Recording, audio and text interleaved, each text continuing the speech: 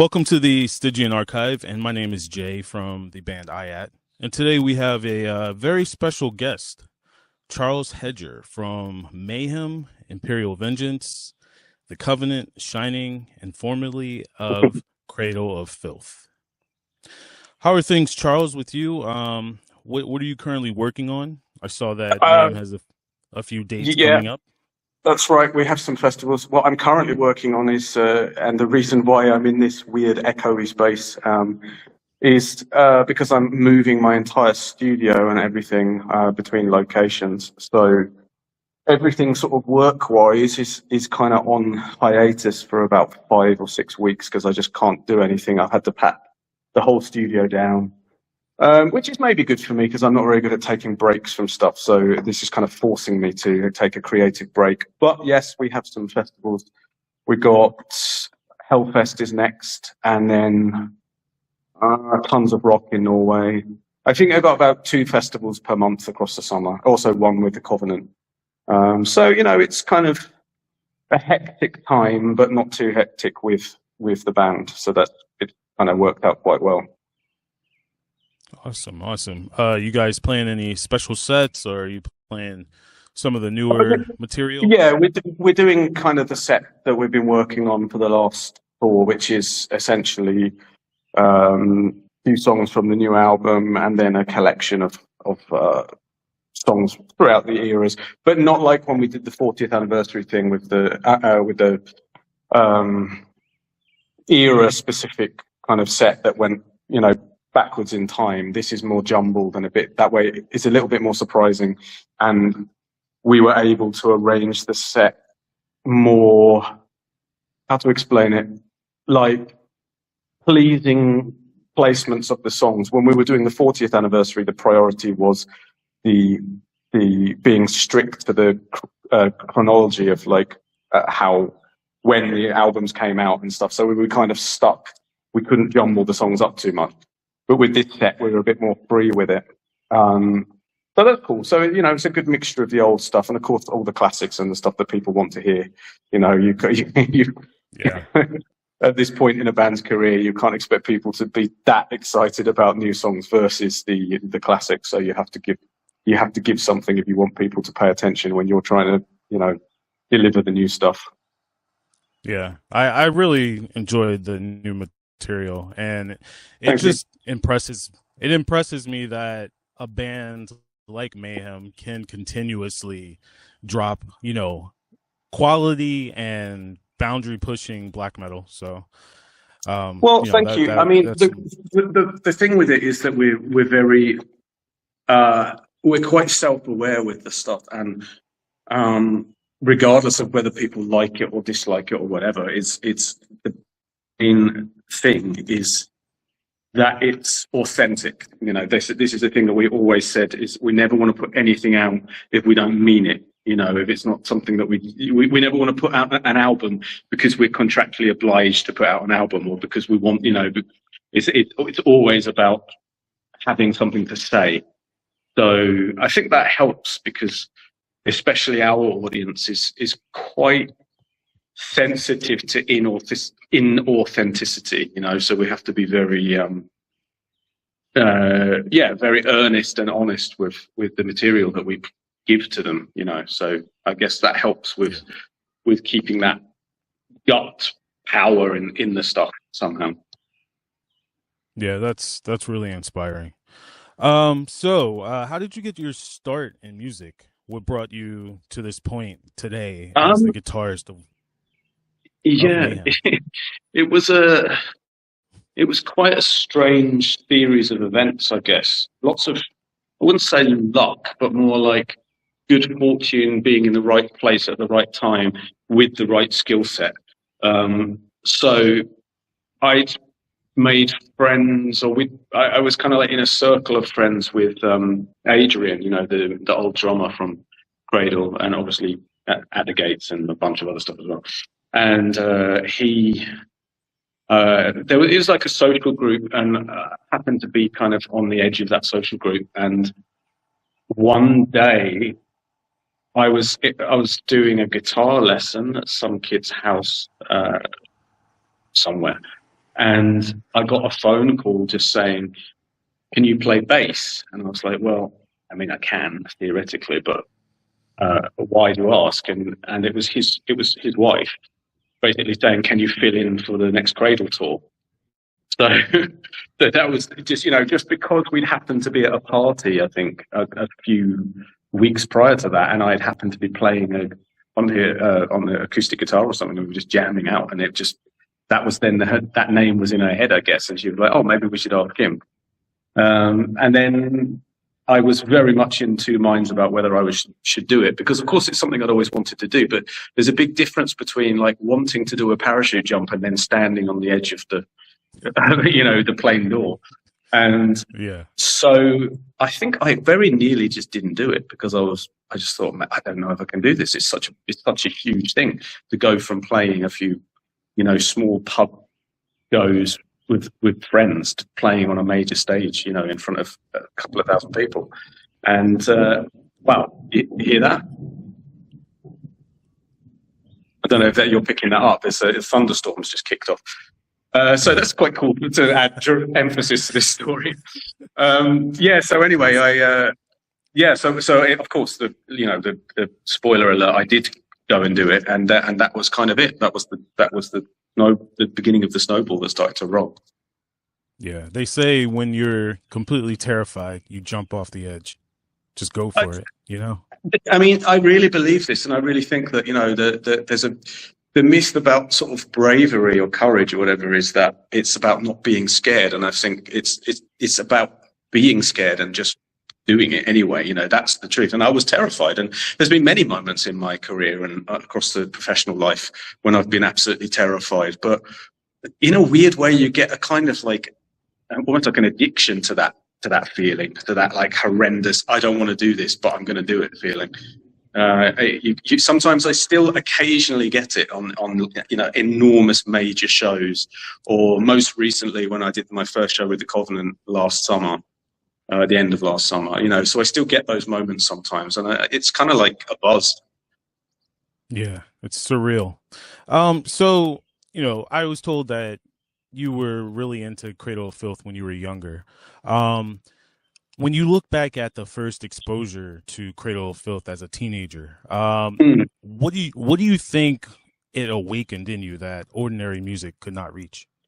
Oh, I can tell you exactly, because I can tell you the precise process of how I got into it. I was, first and foremost, in those days, I wasn't really like a music fan. I was quite young. I don't know exactly how old, maybe 12 or something. So I wasn't that into music. I know some people get really into music. I mean, I loved music, but I wasn't into bands or anything. I was listening mostly to like John Williams scores, like Star Wars mainly, the Star Wars trilogy, and the Indiana Jones stuff, and basically anything that he wrote. And that kind of gave me quite a kick. And when I heard the first Cradle album, my brother had it, because he knew the guys, and I think he kind of played with them a bit as well. And so I latched on to mainly to like the atmosphere and the keyboard parts. And I don't know if you know, but like that around that time, just a year or so before, Coppola had released the Bram Stoker's Dracula, the very stylized, very famous version of that story. And I loved that film, and I just loved that atmosphere. And so I guess somewhere inside me, I've always been drawn to, like kind of ghosts and vampires and castles, and, there's always been there somewhere. And within that first Cradle album, they borrowed a fair bit from that movie. In fact, they even took a line of dialogue from it at the beginning of one of the songs. And so I recognized that same kind of atmosphere in there, and that same sort of cinematic quality of the film scores that I liked. And I wasn't mad keen on the guitars or on the vocals at first. It was just the atmosphere and this kind of and this really blatant, unapologetic kind of dark harmony. This really, really obvious big minor to minor movements and stuff, which I really liked. But then over time, it sort of all grew together. And I also, around the same time, then I got hold of the Emperor Enslaved split EP. same thing with that. It was, I mean, that one's much more atmosphere. The Cradle stuff was quite a lot of riffs. There was quite a lot of ideas in the Cradle albums, in those, especially in those days. But with the Emperor and Enslaved Split, that was quite more like an loopy, atmospheric kind of black metal, which I also really liked. And slowly I started to not just accept the vocals and the guitars, but that started to be the thing that I was like, wow, this is really cool. And it grew and grew and grew on me. And and then later I discovered, so I sort of went completely reversed. I started with extreme metal, and then I discovered stuff like Metallica and Motorhead later, because I by then got into the sound of the guitars and the sort of heavy aspect of it. Yeah, that's interesting. So you eventually went from being influenced by Cradle to becoming part of that world yourself. How did it feel to step into the band and, have that doorway open for your creativity? I mean, it was weird because the Cradle that I started to work with was not the same Cradle that I had been listening to when I was younger. It was a very different band by that point. The creative output had changed quite significantly. Those early albums are like a super kind of progressive and weird and just extremely bold. I think they go in all kinds of weird directions. And then you've got Nick's drumming, just locking parts together that have no business being near each other. And the way he drummed through them, it made them sound coherent and logical. So those albums were super cool and really, for me at least, just like ADHD, just like fascinating. But by the time that I got involved, that was after Nymphetamine, and that was obviously a completely different direction.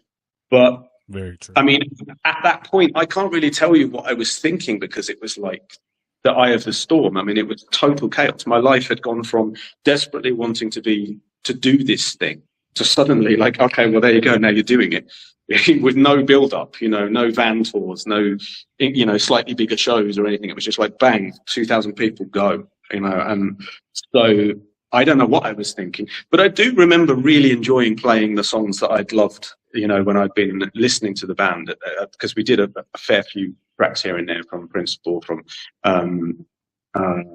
like Cruelty, and so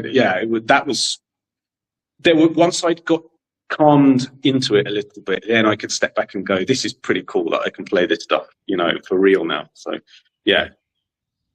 All right.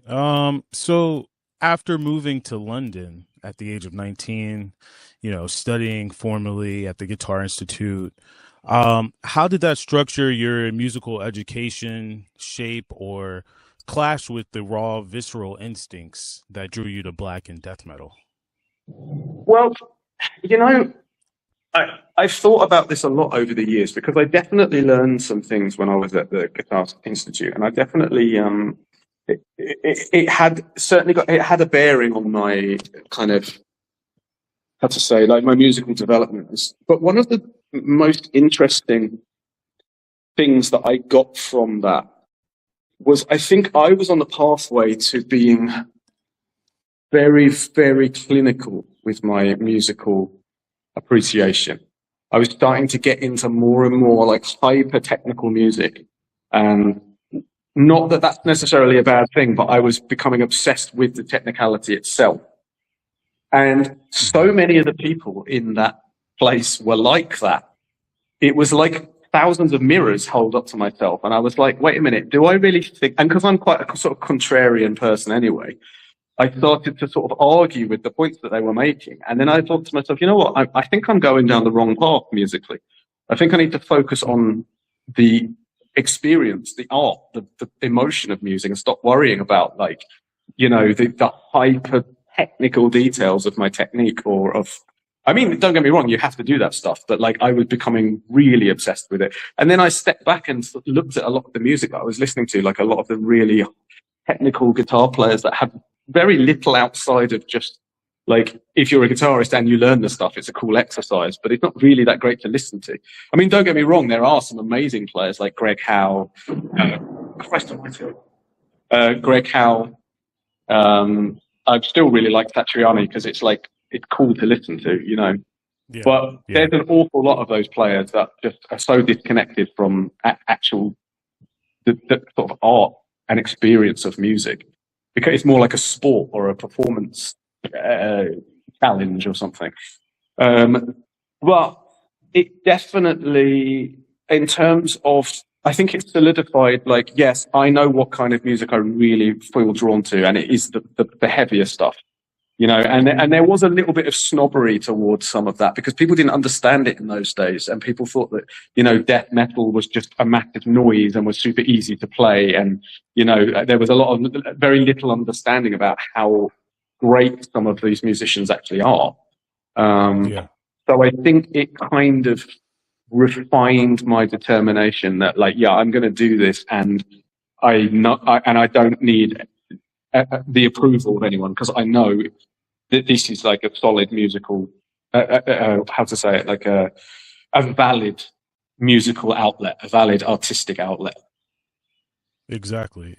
And with some of like the, I guess, shreddery or some of the over technical playing, you lose a bit of soul with that. So when you can find bands that can blend the technicality but still have, you know, that atmosphere and soul to their playing, you know, that's something that's very absolutely, and I love that. You know, I really do. I think if it's a choice between the two, generally nowadays, if it's like, okay, you can either have a kind of emotional impact in the music or the technicality. In those days, I would have chosen the technicality. But these days, I would definitely choose the emotional impact. But definitely when there's a bit of both.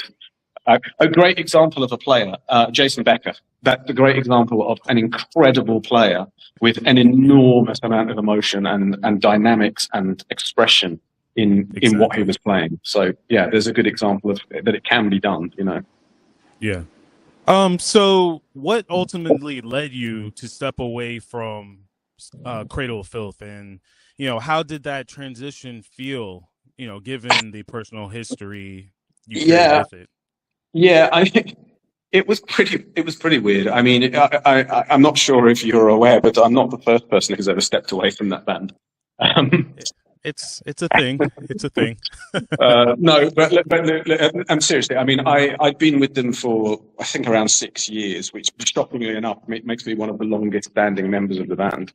I'd also played 2 different instruments in the band. I don't know if anyone else has done that, but basically there'd been some personal stuff going on, and I won't get into it because it's all very boring. But you know, I certainly wasn't innocent in it, and looking back on it now and having spoken to the people involved, you know, I hold my hands up to the fact that I certainly created problems that didn't need to be created.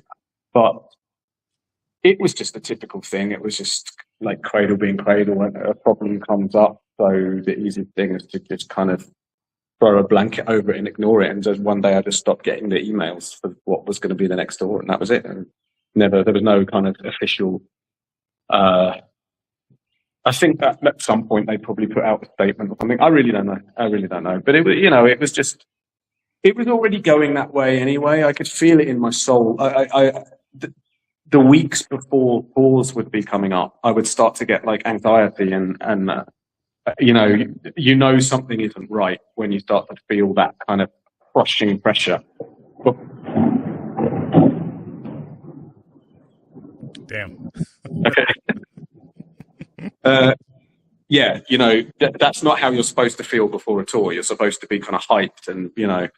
So I kind of knew deep down. Also, they had a real issue with. I don't know what it's like nowadays, but back in those days, it was a major problem if you had any other projects. Major problem. And okay. I had, obviously, the Imperial Vengeance stuff was creeping up then, and we were starting to play around with that, and that just became like a huge deal. So yeah, that was basically it. But the real question that you asked here is the transition.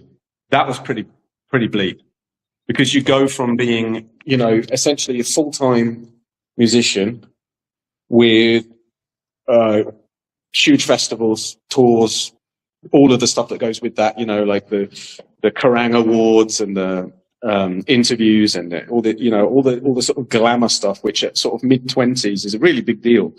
And then to suddenly, okay, you're out in the water now, and you think, well, okay, I was in this big band, so of course it's going to be easy for me to keep that afloat. You know, my profile is not going anywhere. It's gone overnight. It's just dropped. That's it. No one cares anymore who you are. And so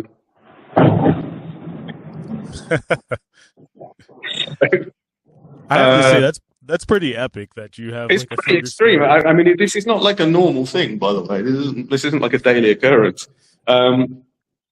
No, it was a really bleak couple of years, actually. We were working on the Imperial stuff. I was teaching at a university, and I just was running out of money gradually. And I just didn't have a clue what the next step was going to be, you know. And I think everybody needs those periods in their lives, especially when you've had a degree of success. Because if all you ever get is a sort of ladder of success, you become an extremely obnoxious, entitled person. And I think that those couple of years really hit me down back to earth, you know, to like, okay, really, you're never that important. You always need to work. You always need to respect people around you. You always need to appreciate your position. And it's really good to get that lesson as early in life as possible, I think.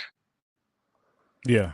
Yeah. So you saw some growth from it, basically. I think I saw a lot of growth from it, and I learned, you know, that it, like I said, it can all go away in a blink, and you have to appreciate every day that you wake up and you've got a festival on your calendar or a tour on your calendar or whatever, you know, every day that's there, you have to step back and go, okay, cool.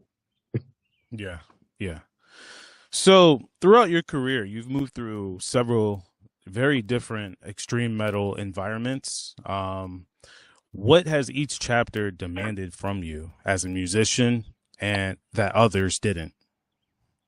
That's a very interesting question, because of course, you know, the different bands that I worked with, and especially recently, are very different. I mean, Mayhem is hard to play as a band.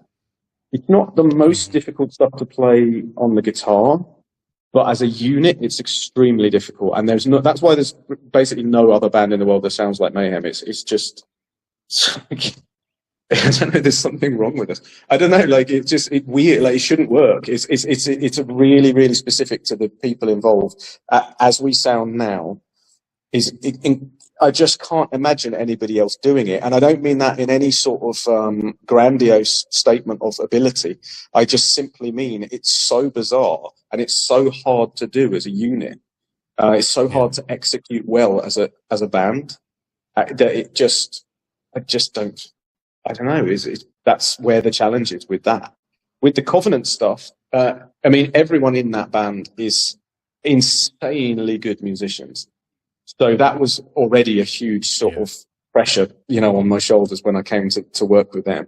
The difficulty with that band is just that the stuff's really hard to play. I mean, it's genuinely, the Nexus Polaris album is genuinely an incredibly difficult challenge as a guitarist. With the Shining stuff that I did, that was very, very hard, because essentially I was stepping in for the guitarist Peter, that is just a phenomenal player, and I had to kind of fill in for him while he wasn't available. And I mean, that was more scary, not because I was afraid of getting it wrong. It was more that, like, I just really respect the guy, so I didn't want to fuck up his work, you know.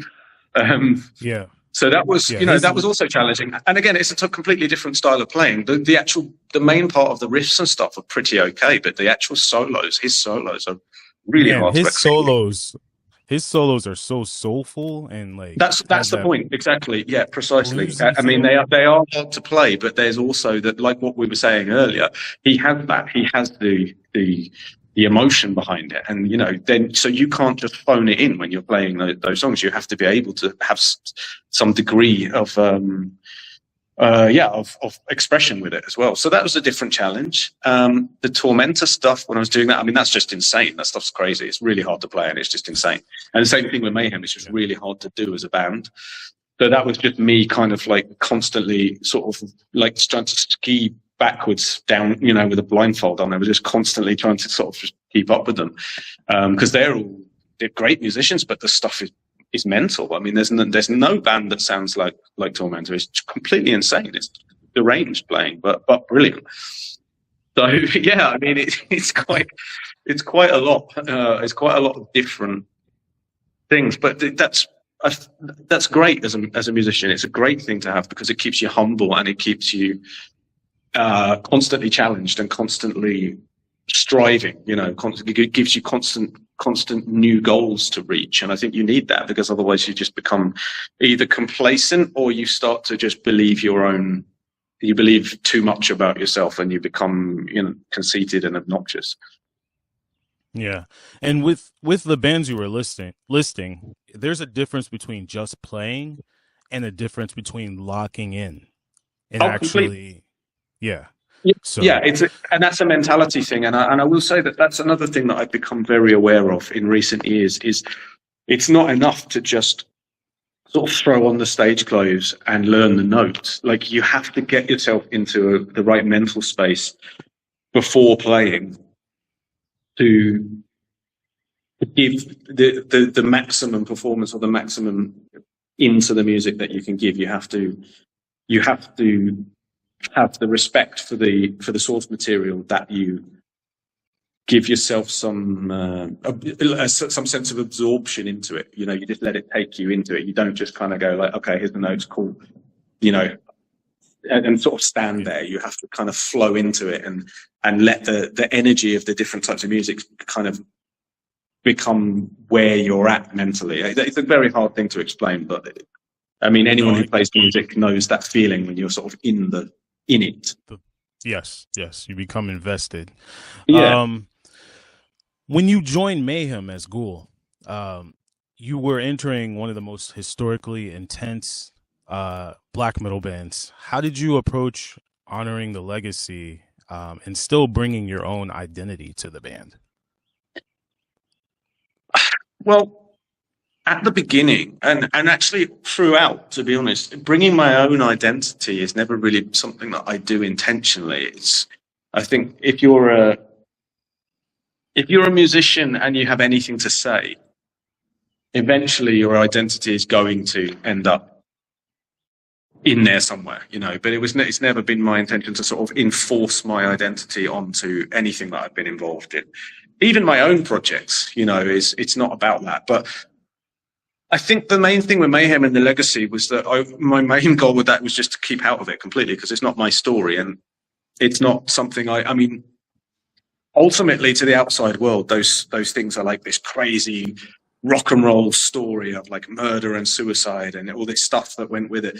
And it's like, to my people that I know, friends and colleagues that I've made since, that's just a really shitty thing that happened to them, you know, in their past. And like, I know people that have been murdered, at least two.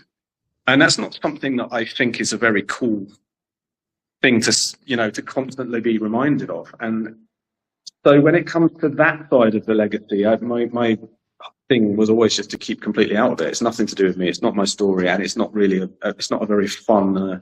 People glamorize it and people turn it into some sort of. I guess it's like the whole true crime thing. You know, people love that buzz that you get from nasty stories, and I understand that. But my thing always was really just about the musical legacy, and just respecting it and doing as best as I could to represent it, you know, and to play it correctly, but also play it with a sense of intent. Gotcha.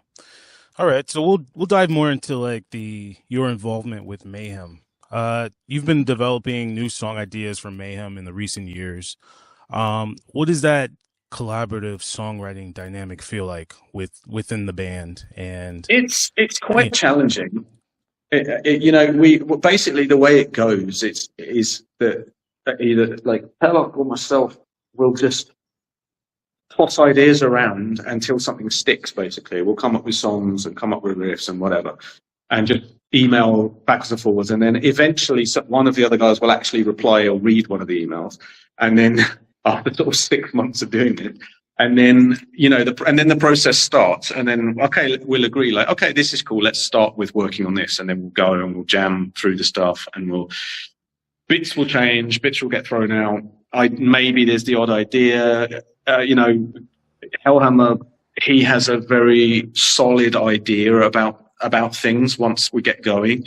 He has quite strong visions of structure and what works and what doesn't, and so I tend to listen to him quite closely nowadays, because he's usually right with that he just has a good instinct for it. He kind of knows instinctively this will work or this won't work. Of course, it's not 100%. Sometimes I can persuade him with things that he's convinced doesn't work, but usually, nine times out of 10, he's bang on with those instincts. So that's kind of how it works. It just starts with ideas, with song ideas. Then everyone has to agree.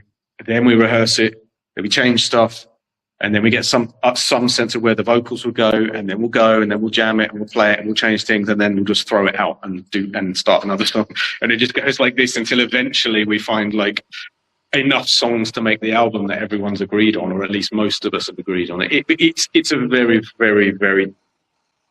I wouldn't say it's like a cohesive, harmonious process. It's quite challenging, but that's good, because it should be, and it, especially for that kind of music, that tension and that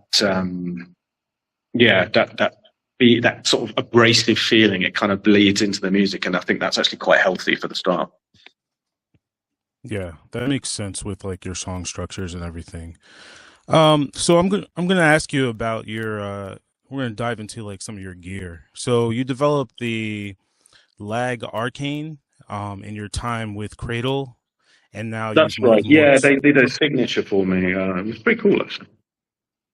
Yeah, and you moved to your ESP LTD EC 1000. How are these instruments? That's right.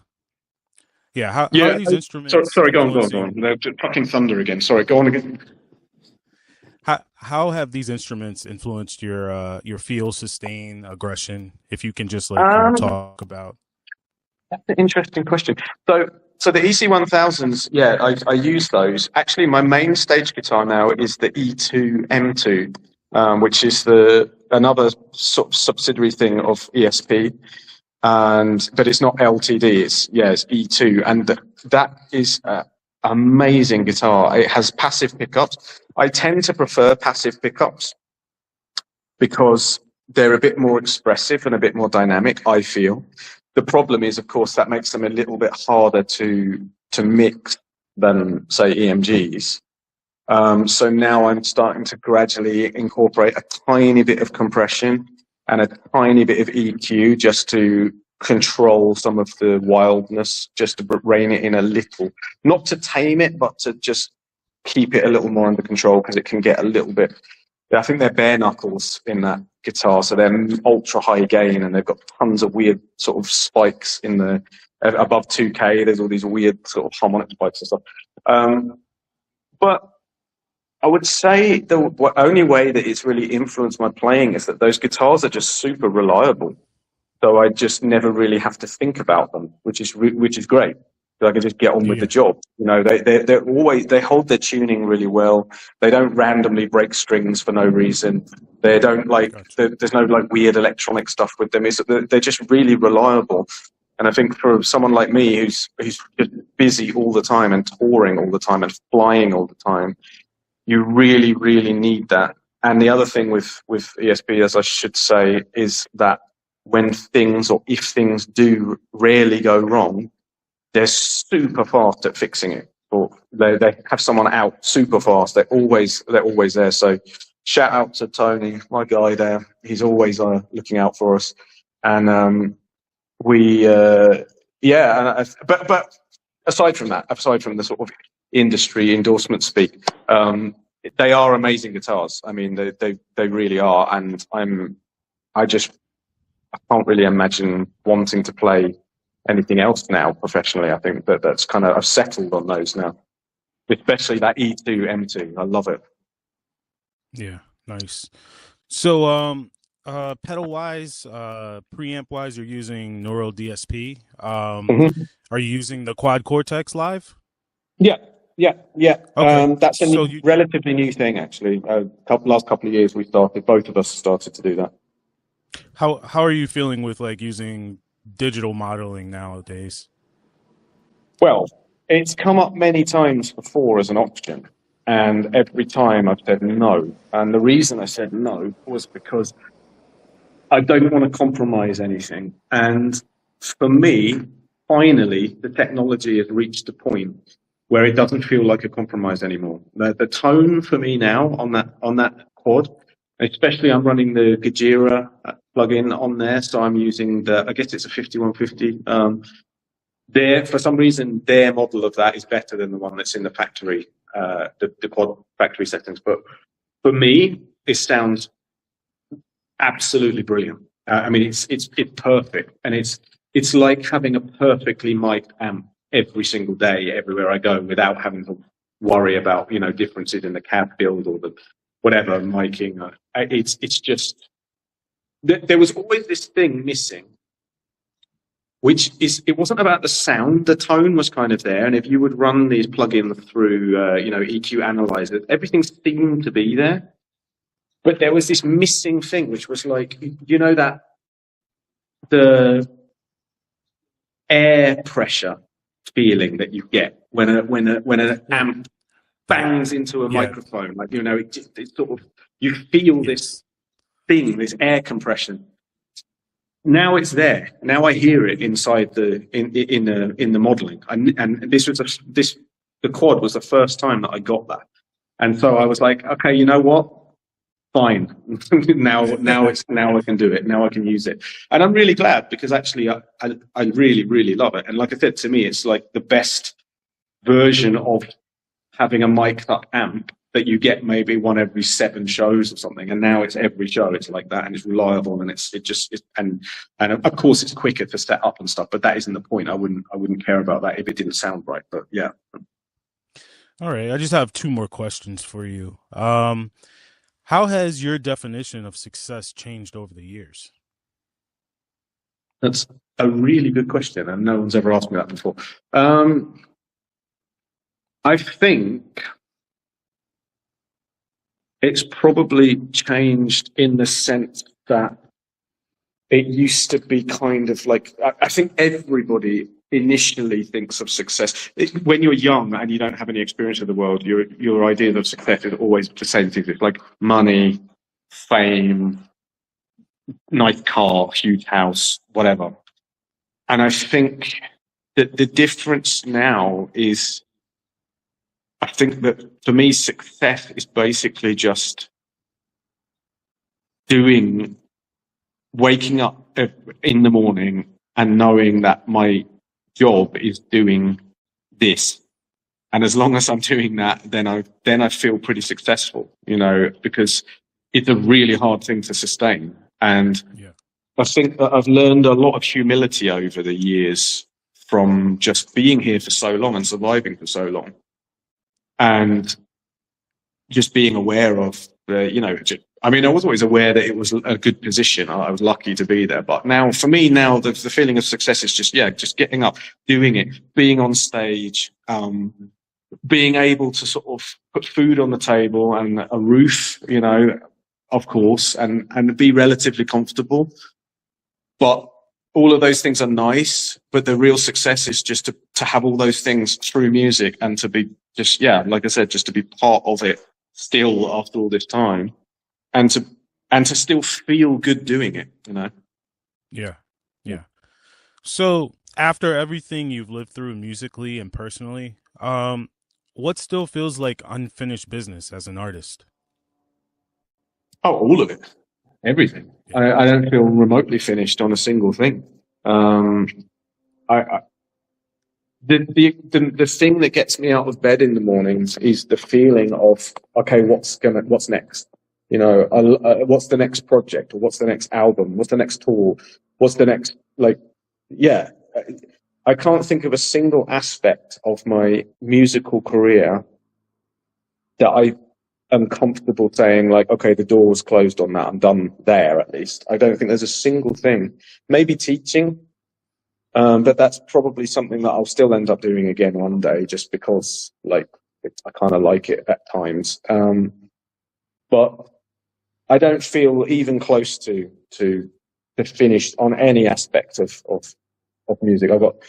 I still have hundreds of ideas, hundreds of things I want to do. I would never do them all. It's not possible. But I have hundreds of things I want to do. There's just keep moving onwards and upwards, or even just forwards, or even sideways. But just, I don't feel any sense of completion on artistically at all so far. All right. So we'll close things out. Do you have any final words or messages to any of your listeners or fans out there? Oh man, anyone who's a fan is like, I cannot, there's not much to say really, just because I wouldn't be able to do this without that support. So it's just, it's an incredibly inane thing to say, but like, just thank you, genuinely. It's so nice. I would do this anyway because it's just kind of like a compulsion to do music, but to do it and to have people who like it and enjoy it and, give you something back for it. And in my case, provide me with a living. I mean, that's kind of hard to, thank you is just not really enough of a statement of appreciation for that. So yeah, it is, like I said, it's very humbling and I'm very grateful, much more nowadays than ever before, of the position that I'm in, because of people who support and I love to have the opportunity to speak to people out on the road now, it's always amazing to me when people say things like, "Oh, I've followed your career for like 20 years," and I just think, I don't even feel like I've been doing it for, I forget how long I've been doing this shit for, So, thank you. Thank you.